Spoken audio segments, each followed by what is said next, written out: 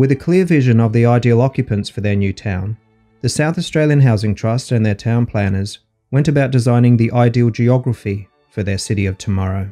Relying upon assumptions about the appropriate role of different social groups, they went about designing a landscape where everyone had their place and their function. Few objectives were more important to the Trust than the vitalisation of community life. From the outset, they did all they could to promote belonging, providing land for meeting halls and sports grounds, giving encouragement and advice to local groups, and putting a bit of pressure on churches and voluntary organisations to move quickly into Elizabeth.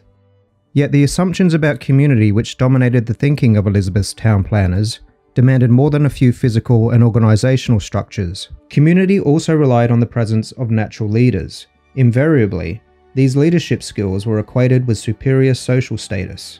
So the Housing Trust had to build into Elizabeth the goods which would attract them: superior housing, a better class residential area, and the civic and cultural arenas where they could come together to lay the foundations of community life. A key objective in Elizabeth's physical design was in the creation of what was referred to as balanced, happy social groups, with self-containment being a key strategy, a commitment to provide Elizabeth with enough jobs and cultural and educational facilities to ensure that residents would not have to travel far to meet most of their needs. Individual suburbs were also to be self-contained in terms of local shopping and primary schools.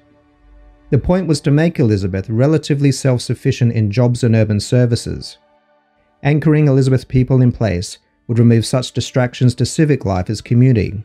Jobs close to home meant that men could return quickly to the family. For women, self-containment promised shopping, schools, and most facilities close at hand, as well as family homes at a safe distance from industrial and commercial areas. A precise meaning as to what was meant by social balance in Elizabeth was always hard to come by, however.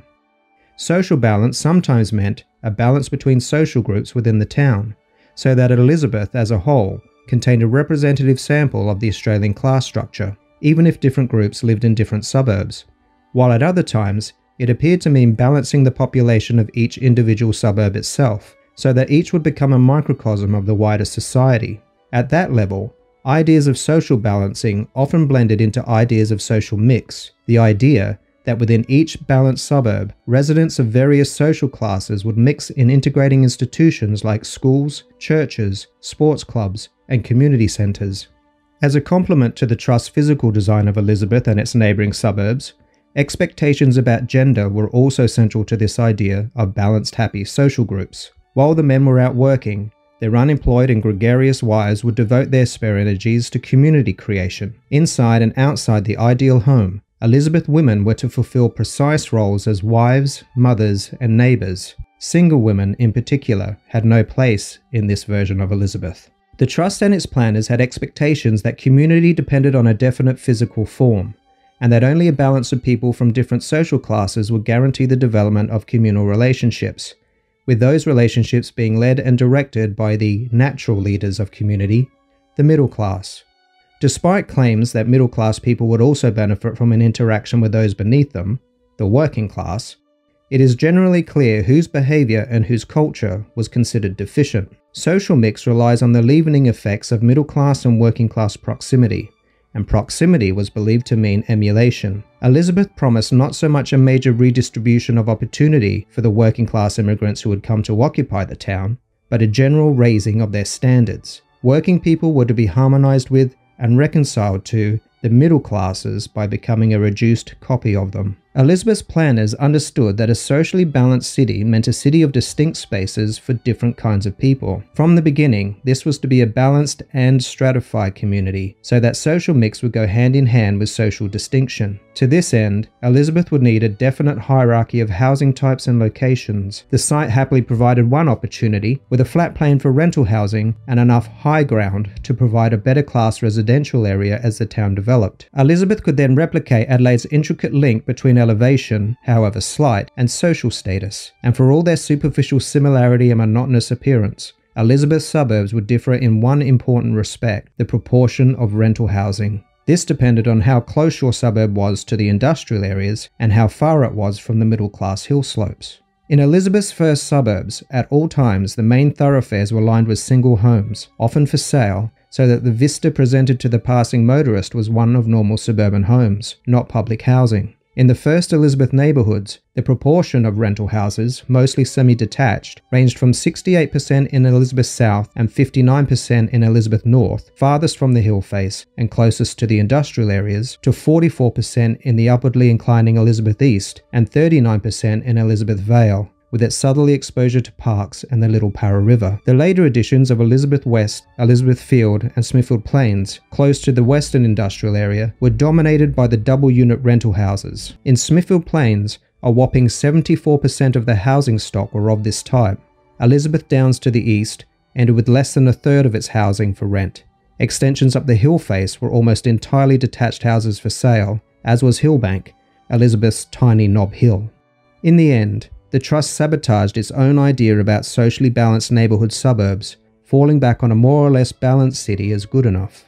How social mix was supposed to work as a complement to the Trust's physical design of the town was never made clear. Despite the guarantee of their expert designs, Elizabeth's planners would be continually surprised by the way the inhabitants of their landscape could change it. This is precisely what those designs could never countenance, that residents, and in particular working class residents, were spatially and socially creative, that they would use planned space in their own ways. Elizabeth's early history would not be defined by its planners' victory over disorder, but by the re-emergence of collisions and conflicts as people made sense and made use of their space. Homeowners tried to secure their advantages against renters and dominate local decision-making. The town's youth occupied and vandalized public areas. Residents set up small businesses in their backyards. Working women commuted to Adelaide. Local workers disputed with factory managers. Landowners looked for loopholes and encumbrances, while shoppers skipped the local stores to head for the flashier shops in the town centre. Elizabeth's plan stressed the boundaries, not the more tenuous, less easily manipulated contents encircled by those boundaries. These boundaries were based on class, with carefully delineated divisions between types of housing and the types of residents expected to inhabit them. They were also based on gender, expecting men to cross the neighbourhood boundary to work, while women inhabited the manless daytime streets, perhaps emerging once in a while for a trip to the town centre. Through expert design, with its self-contained suburbs and self-contained industrial areas, a well-laid-out town centre with its gardens and wide roads, which divided its surrounding suburbs into pockets for domestic retreats, the Trust and its planners tried to make Elizabeth a well-serviced and socially balanced community. Providing leaders with middle-class skills and interests in a working-class town, however, proved rather difficult in the end, especially because the first imperative of many middle-class newcomers was to establish their distance and distinction from renters and factory workers. Lacking sufficient evidence of middle-class leadership activity at the neighbourhood level, ideas about the type of town Elizabeth was to be were already changing by 1960. The Trust instead turned to another measure of community success, economic growth, and the Trust's poorly defined social outcomes became overshadowed by another version of the town, a place of perpetual profit.